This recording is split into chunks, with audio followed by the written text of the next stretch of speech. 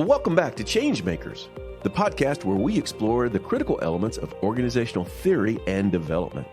I'm your host, Dr. Obi Paul Byram, and today we're diving into Chapter 6, Collecting, Analyzing, and Feeding Back Diagnostic Information.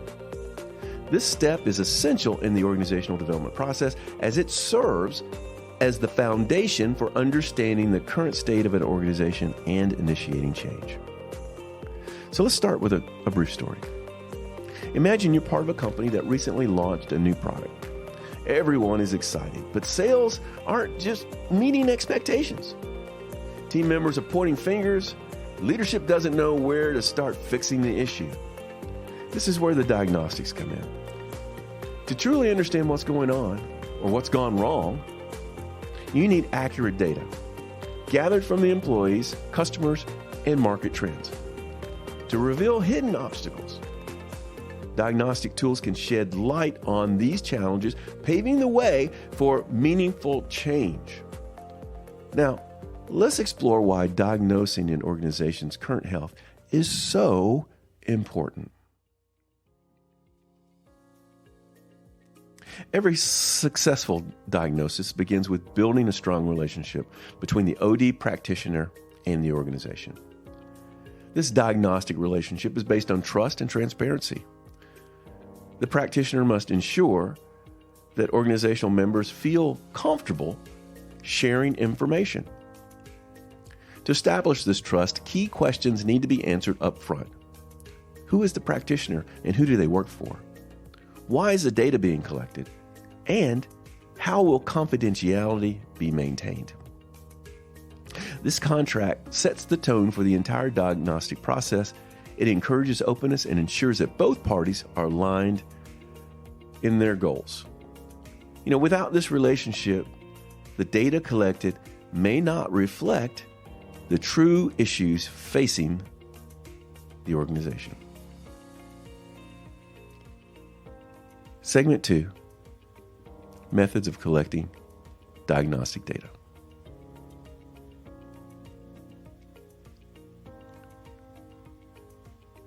Well, once the diagnostic relationship is in place, it's time to collect data. This chapter highlights the primary methods of data collection: questionnaires, interviews, observations, and unobtrusive measures. Each of these methods has its strength and limitations, and often a combination of these approaches gives the most comprehensive view of the organization's state. Now, let's talk about what we do with all that data. Analyzing it can take two forms: qualitative and quantitative analysis. Qualitative analysis involves methods like content analysis and force field analysis. Content analysis helps us summarize themes from the interviews or open-ended responses, while force field analysis, on the other hand, is about understanding the forces for and against change within the organization. Quantitative analysis focuses on the hard numbers. We're talking about descriptive statistics, correlation coefficients, and difference tests. They're key here. These statistical tools help identify patterns and measures the significance of the change. Now, it's not just about crunching numbers or interpreting interviews. This analysis should lead directly to actionable insights for the organization.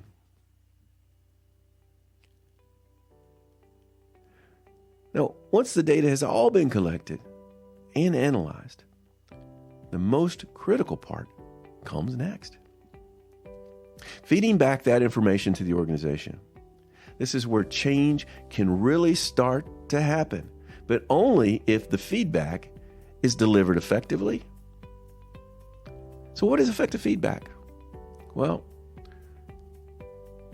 effective feedback should be relevant to the specific issues the organization is facing. Should be understandable, meaning it's communicated in a way that all members can grasp, and timely, so that the organization can act on it while the insights are still fresh. When feedback is done right, not only does it inform the organization, but it energizes it to take the action. Now, one of the most commonly used tools for collecting and feeding back data is the survey feedback. It's used in many large organizations because it is simply effective. The process itself involves designing a survey, administering it to the employees, analyzing the results, holding the structured feedback meetings, and then discussing the findings. Survey feedback is especially useful when trying to gather data from a large number of people, ensuring that all voices are heard in the diagnostic approach. If it helps the organization develop a clear picture of where things stand and what steps need to be taken to move forward, then that's truly effective. So, how do we wrap this conversation up today? Diagnosing an organization's current state through data collection, analysis, and feedback is a powerful tool for initiating real change. As you reflect on today's discussion, think about your own experience in the organization. How were problems identified, and were they addressed effectively? If you were the leader, what steps would you take to ensure that the data leads to action? Remember, feedback is more than just a report. It's the fuel that powers growth. How will you use diagnostic tools to drive change in your own career and organization?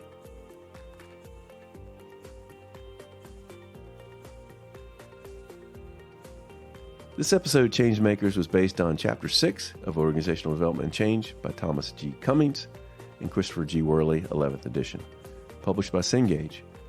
Special thanks to ChatGPT for helping format the presentation, and the music was also provided by Audio Coffee. Until next time, keep making change happen.